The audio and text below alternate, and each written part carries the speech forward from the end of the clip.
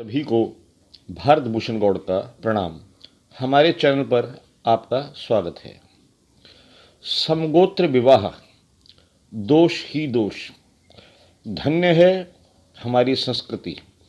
अब तो ये वैज्ञानिकों ने भी माना है कि सगोत्र विवाह अर्थात एक ही गोत्र में विवाह करने से शारीरिक रोग, अल्पायु, कम बुद्धि, रोग निरोधक क्षमता की कमी, अपंगता, विकलांगता जैसे सामान्य विकारों वाली संतानें जन्म लेती हैं।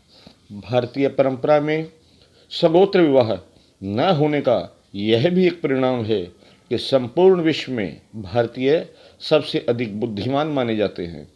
विभिन्न समुदायों में गोत्र की संख्या अलग अलग है। सपिंड विवाह निषेध भारतीय वैदिक परंपरा की विश्व भर में एक अत्यंत आधुनिक विज्ञान से अनुमोदित व्यवस्था है। पुरानी सभ्यता, चीन, कोरिया इत्यादि में भी गोत्र सपिंड विवाह अमान्य है, परंतु मुस्लिम और दूसरे पश्चिमी सभ्यताओं में यह विषय आधुनिक विज्ञान के द्वारा ही लाया जाने के प्रयास चल रहे हैं। आधुनिक अनुसंधान और सर्वेक्षणों के अनुसार फिनलैंड में कई शताब्दियों से चले आ रहे शादियों के रिवाज में अंतः प्रजनन यानी कि आपस में ही एक ही गोत्र में विवाह कर लेना, वहाँ गोत्र तो नहीं है लेकिन समान परिवार में ही शादी कर लेने के कारण ढेर सारी ऐसी बीमारियाँ सामने आई हैं जिनके बारे में वैज्ञानिक अभी तक कुछ भी नहीं जान पाए हैं। स लक्ष्मा यद्वी पुरुषा भवाति, ऋग्वेद के 10वें मंडल में यह वर्णन है। सलक्ष्मा सहोदर बहन से पीड़ाप्रद संतान उत्पन्न होने की संभावना होती है। इससे आगे हम चलते हैं। पाप माहुर्य सस्वारम निगच्छात, ऋग्वेद के 10वें मंडल में जो अपने सगे बहन भाई से संतानोत्पत्ति करते हैं, भद्रजन उन्हें पापी कहते हैं। सगे भाई बहन से तात्पर्य भी आगे स्पष्ट करेंगे। एक ही गोत्र के लड़का और लड़की को भाई बहन किस प्रकार से माना जाता है, इस विषय पर स्पष्ट जानकारी पाणिनिकालीन भारत से भी मिलती है।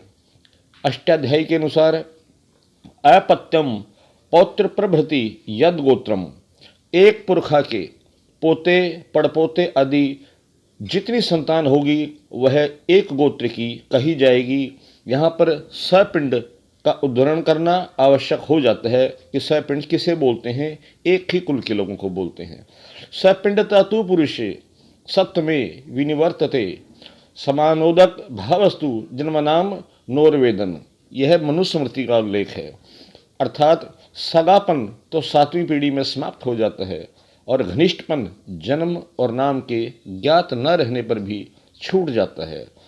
अब आधुनिक जेनेटिक आनुवांशिक विज्ञान के अनुसार इनब्रीडिंग मल्टीप्लायर अर्थात अंतः प्रजनन से उत्पन्न विकारों की संभावना का वर्धक गुणांक इकाई से यानी 1 से कम 7वीं पीढ़ी में जाकर ही होता है।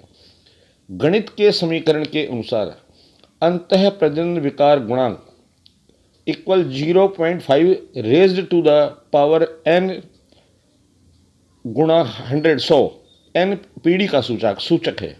पहली पीढ़ी में n इक्वल 1 से यह गुणांक 50 होगा। छठी पीढ़ी में n इक्वल 6 से यह गुणांक 1.58 होकर भी इकाई से बढ़ा रहता है। 7वीं पीढ़ी में जाकर n इक्वल 7 होने पर ही यह अंतः प्रजनन गुणांक 0.78 होकर इकाई यानी 1 से कम हो जाता है। मतलब साफ है कि 7वीं पीढ़ी के बाद ही आनुवांशिक रोगों की संभावना समाप्त होती है। यह एक अत्यंत विस्मयकारी आधुनिक विज्ञान के अनुरूप सत्य है जिसे हमारे ऋषियों ने सपिंड विवाह निषेध करके बताया था। मित्रों, यदि आपको हमारा वीडियो पसंद आया हो इसे लाइक करें, शेयर करें, हमारे चैनल को सब्सक्राइब करें। आप सभी को भारत भूषण गौड़ का प्रणाम।